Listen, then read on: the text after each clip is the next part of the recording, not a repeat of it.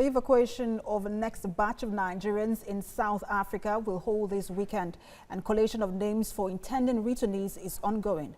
On Wednesday, 187 Nigerians, made up of 30 children, were lifted from the O.R. Tambo International Airport in Johannesburg. Migration expert Emmanuel Okonkwo joins us for an expert's view on this. Many thanks for joining us on this hour on TVC News.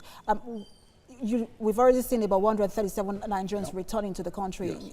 And over 88 rather, returning to the country.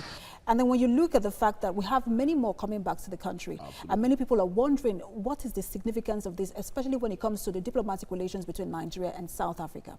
Well, I think we must first commend the government for at least doing something. I'm not quite sure we've done enough, because if you don't deal with xenophobia, you are going to have to deal with genocide. So first we must say thank you for at least trying to do something, bringing this batch of people back. But what I'm looking to see is a stronger response to this issue, because you've got pockets of xenophobia all around Africa, and countries are watching and watching to see how we respond to this. There is xenophobic elements in Ghana. Everywhere you've got all this happening, and people are looking to see how we are responding to this. And if we don't respond to this right, then we are going to one day have to contend with genocide against Nigerians, yes.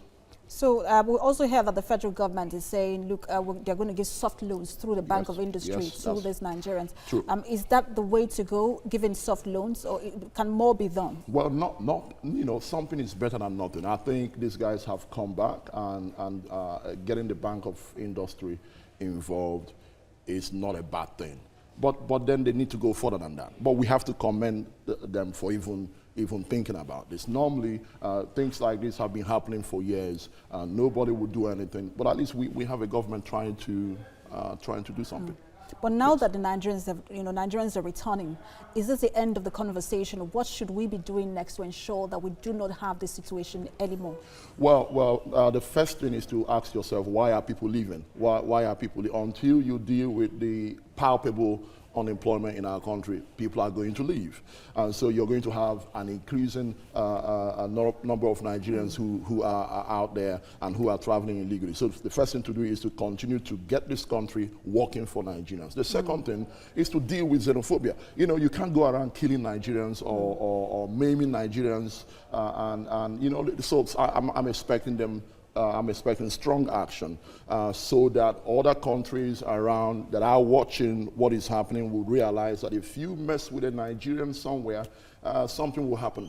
So what I'm saying is there needs to be a zero tolerance to xenophobia. And as I said before, if you don't contend with xenophobia right now and deal with it, one day we'll be dealing with genocide. Many thanks to you, Emmanuel Okonkwo, for joining us on this hour. Thank you very much.